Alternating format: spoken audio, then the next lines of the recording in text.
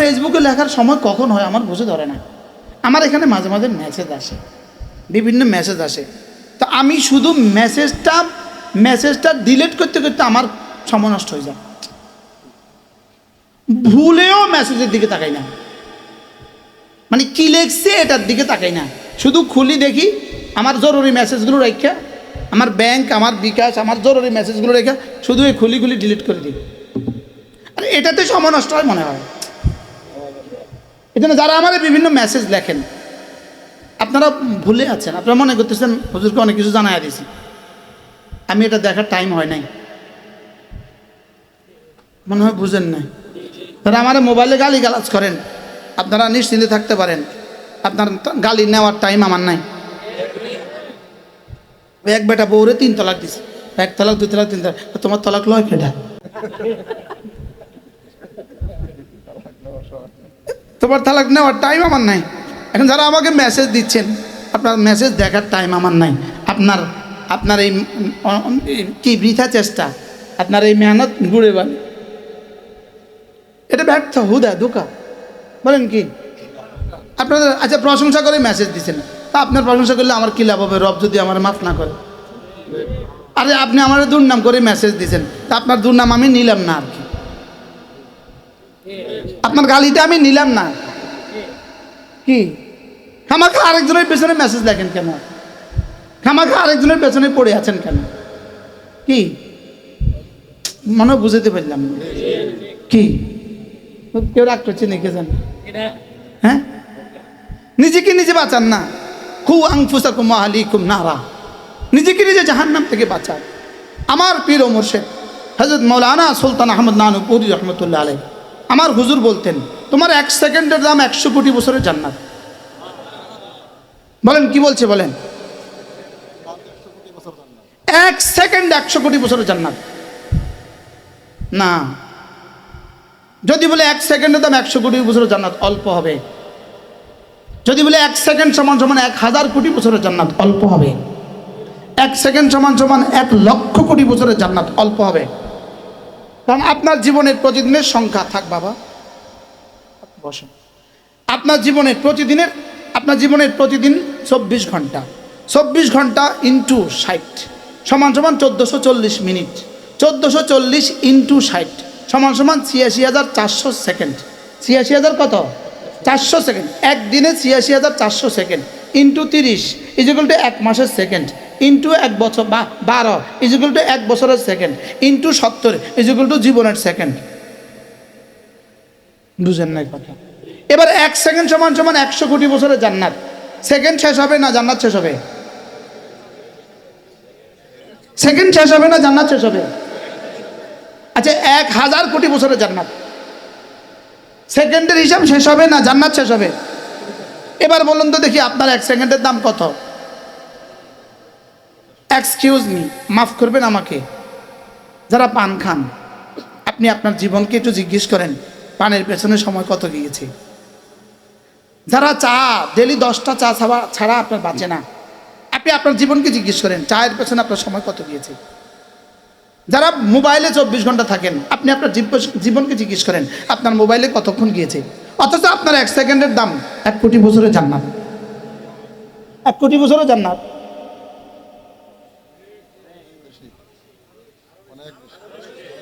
সারা পৃথিবীর সমস্ত মোবাইল, সারা পৃথিবীর সমস্ত কম্পিউটারে যদি আপনি ডিজিট ঢুকান, সংখ্যা ঢুকান, সারা পৃথিবীর সমস্ত কম্পিউটারে, সারা পৃথিবীর সমস্ত মোবাইলে যদি সংখ্যা ঢুকান, 1 থেকে শুরু করলেন, ধরো 9 ঢুকালেন, 9 এখানে 9 দিলেন, 9 দিতে দিতে দিতে এক সময় স্ক্রিন শেষ। সারা পৃথিবীর সমস্ত কম্পিউটারে যদি 9 ঢুকান, সারা পৃথিবীর সমস্ত মোবাইলে যদি 9 ঢুকান, যেই পরিমাণ সংখ্যা দাঁড়াবে আল্লাহর কসম আপনার 1 সেকেন্ডের দাম জান্নাতে তার চেয়ে বেশি। এবার বলুন তো দেখি আমার আর আপনার জীবনের সময়ের দাম কত? কত? অনেক, কত? অনেক, অনেক, কত? জান্নাতে যাওয়ার পরে জিজ্ঞেস করবে রব্বে কারীম, আর তো কখনো বের করবেন না। রব বলবেন ফেরেশতা দরজা লাগাও, ক্লোজ ডোর, সিলগালা করে দাও, যাও, দরজা বন্ধ, যাও, আমিও কখনো বের করব না।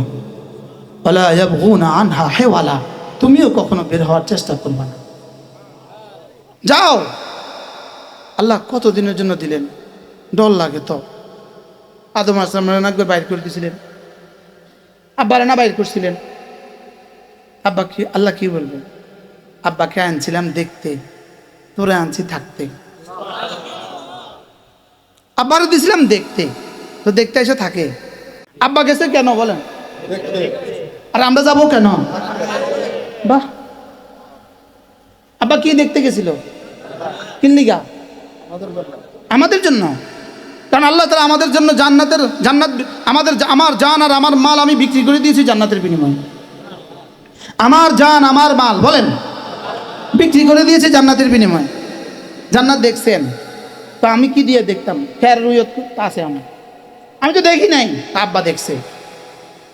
সুবহানাল্লাহ বলেন। আব্বা বহুত আগে দেখছে। এখন তো জমিনের মধ্যে ব্যাসকম হয়ে যেতে পারে, খাসে নিয়ে যেতে পারে, নদী ভাঙ্গে যেতে পারে। আমি বললাম আল্লাহ আব্বা দেখছে অনেক বছর আগে, আমি কেমনে করতাম? আল্লাহকে যাও, তোমাদের রাসূলকে মেরাজে ডেকে নিয়ে এসে লিনুরিয়াহু মিন আয়াতিনা আবার দেখায় দিছে। আব্বারে একবার দেখাইছি, আর তোমাদের রাসূলকে আবার দেখাইছি, তো তোমার কেনা বেচা করতে আর কোনো অসুবিধা নাই। তাহলে এটা আমার জান আমার মাল বিক্রি করে দিয়েছি কার কাছে? কার কাছে? এটা কি এখন আমার আর আমার রয়েছে না আল্লাহর হয়ে গেছে? এটা কার মোবাইল? আমার। এটা কার মোবাইল? ওই আমি মক্কা শরীফের মাকতাবায় বসে বসে পড়তেছি, এটা সামনে পড়া। এক আরব আমাকে বলতেছে মিনাই নেস্তারা, এটা করতে কিনছো? আমি কি মিয়ান মক্কা ইউজাদ হাজা, মক্কা এটা পাওয়া যায়, মানে এই মোবাইল বুঝি মক্কাত পাওয়া যায়, এত কম দামা বই বুঝি মক্কাত পাওয়া যায় না? বুঝেন? এত আশ্চর্য হয়ে যায় কি, কিন্তু বটনের মোবাইল কেমন পৃথিবীতে আসেনি। আমি জাপানে খবর দিয়েছি, জাপানে কেউ জাপানও নাই বলে, সামনে আসবে, এটা আর পাওয়া যেত না। এই জন্য আমি বেশি কিনা মোবাইল আমার কাস্টডিতে রেখে দিছি। কদিন পরে এটা বন্ধই করে দিব। বারাল কি জানি করেছিলাম, এটা আমার, আমি বিক্রি করে দিয়েছি হুজুরের কাছে। হুজুরের কাছ থেকে 1000 টাকা নিয়ে নিয়েছি। মোবাইল এখন আমার কাছে থাকবে না, হুজুরের কাছে থাকবে। আমার কাছে কি, হুজুরের কাছে কি, এটা ব্যবহার করবে কে? এখন আমি কি করব? তা আমি বললাম আমি আমার জান আমার মাল বিক্রি করে দিয়েছি জান্নাতের বিনিময়ে। রব্বে কারীম বলেন যাও, এটা তোমার কাছে থাক। আমি বললাম আল্লাহ এটা আমি কি করতাম? এটা তুমি ব্যবহার করো, তবে আমার মর্জি মতো ব্যবহার করো, তবে আমি চাহিদা মতো দিতে বাধ্য থাকিবা। সুবহানাল্লাহ বলেন। চাহিদা মতো দিতে কি বাধ্য থাকিবা, এই জন্য তো আমরা দিয়ে দিতে হয়, না হয়তো জীবনেও দিতাম না, না হয়তো কি। তাহলে আমার জান আমার মাল এখন কি আমার না আল্লাহর? ব্যবহার হবে কার মতে? আল্লাহর মর্জি মতে না আমার মর্জি মতে? আল্লাহ তাআলার মর্জি মতে ব্যবহার হবে, ব্যবহার হবে আল্লাহ তাআলার মর্জি মতে। বলেন আমার জান আমার মাল ব্যবহার হবে কার মর্জি মতে? আল্লাহর মর্জি মতে। এবার বলেন আমার চোখ ব্যবহার হবে কার মর্জি মতে? কার মতে? আমার কান, আমার জবান, আমার হাত, আমার পা, আমার লজ্জাস্থান, এই জন্যই আমাকে বানিয়েছেন। সুবহানাল্লাহ।